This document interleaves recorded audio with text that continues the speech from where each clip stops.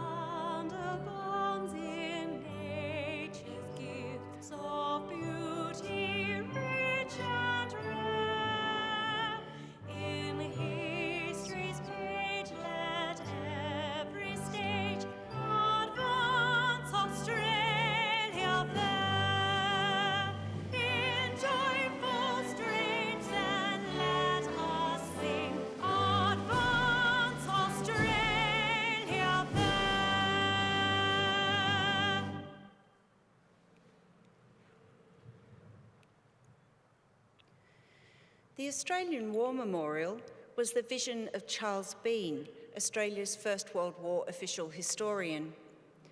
Bourne landed with the Australian troops on Gallipoli and stayed with them at the front through to the end of the war. The idea of this national memorial and museum came to him at Pozières, France, in the depths of the bloody fighting of 1916. Bourne's idea was that this would be a place where family and friends could mourn loved ones buried in faraway places. It would also be a place that could help all Australians understand what these men and women had endured and what they had done for us. Bourne's vision, to which we remain true, is best expressed as inscribed in the entrance to the memorial's galleries. Here is their spirit, in the heart of the land they loved. And here we guard the record which they themselves made. Tonight, we'll read the story behind just one of those on the Roll of Honour, which lists the names of more than 103,000 men and women who have given their lives for us in war and on operations for more than a century. But first, we present a lament, Flowers of the Forest. Wreaths and floral tributes will now be laid at the base of the pool of reflection.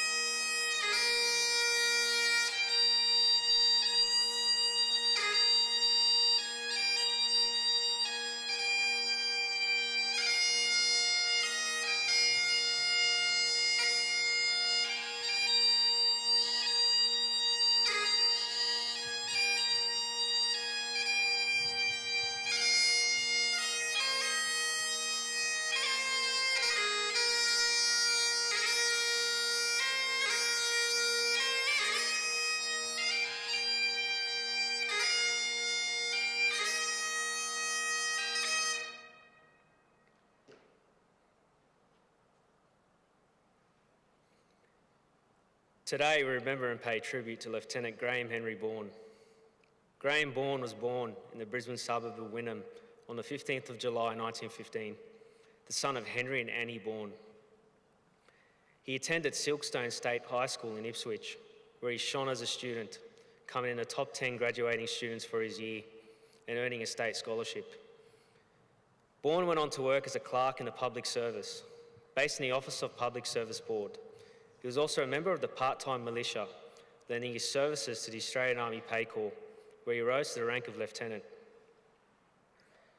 With the advent of the Second World War, Bourne was called up for full-time duty on the 13th of September 1939. Soon posted to the 1st District Accounts Office in his home state of Queensland, he was set to begin his involvement in the war effort, providing advice to commanders on management of public monies, preparing budgets, financial statements, cash flow analyses, accrual accounting, costing and financial analyses, and developing and implementing financial management systems. While lacking the glamour of some military roles, Bourne and the men of the Australian Army Pay Corps provided a service that was essential for the war effort, not least for soldiers and their dependents. Bourne's service to the war effort, however, will be relatively short. On the 25th of April 1940, he was admitted to hospital suffering from appendicitis. With the case seeming serious, Bourne was ready for an operation to remove his appendix. During the operation, it became clear that severe swelling in his appendix had cut off the blood supply, increasing inflammation and causing nearby tissue to decay, causing gangrene.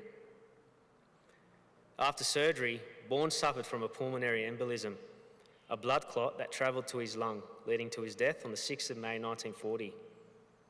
Lieutenant Graham Bourne was given a funeral of full military honours, with comrades from the Australian Army Pay Corps acting as pallbearers. His remains were later cremated at Mount Thompson Crematorium, and today are kept at Queensland Cremation Memorial, Lutwyche Cemetery in Brisbane. He was 24 years old. Bourne's name is listed on the Roll of Honour on my left, among almost 40,000 Australians who died while serving in the Second World War. A photograph of his name on the Queensland Crematorium Memorial is displayed today beside the pool of reflection. This is but one of the many stories of service and sacrifice told here at the Australian War Memorial. We now remember Lieutenant Graham Henry Bourne, who gave his life for us, for our freedoms, and in the hope of a better world.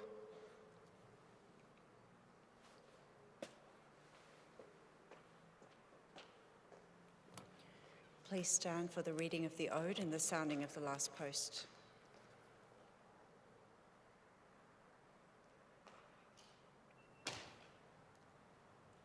They shall grow not old, as we that are left grow old.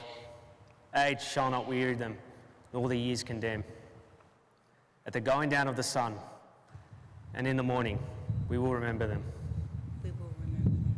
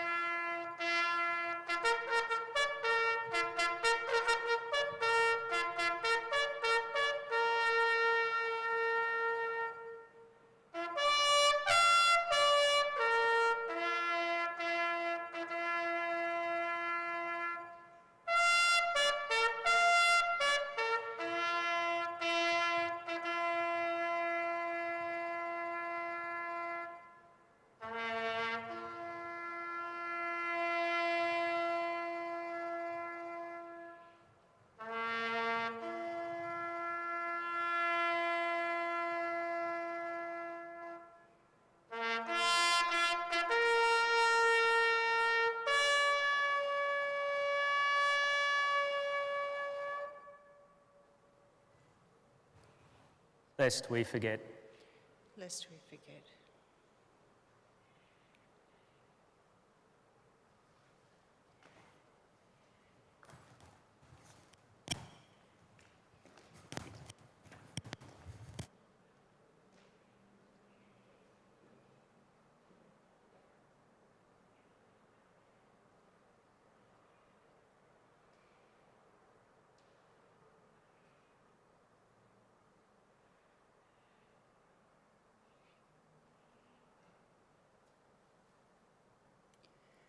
We leave you this evening with the words of the memorial's founder, Charles Bean. Many a man lying out there at Pozières or in the low scrub at Gallipoli, with his poor, tired senses barely working through the fever of his brain, has thought in his last moments, well, it's over. But in Australia, they will be proud of this. Ladies and gentlemen, that concludes the last post ceremony. On behalf of our director, staff and volunteers, thank you for visiting the Australian War Memorial today. We wish you all a very pleasant evening.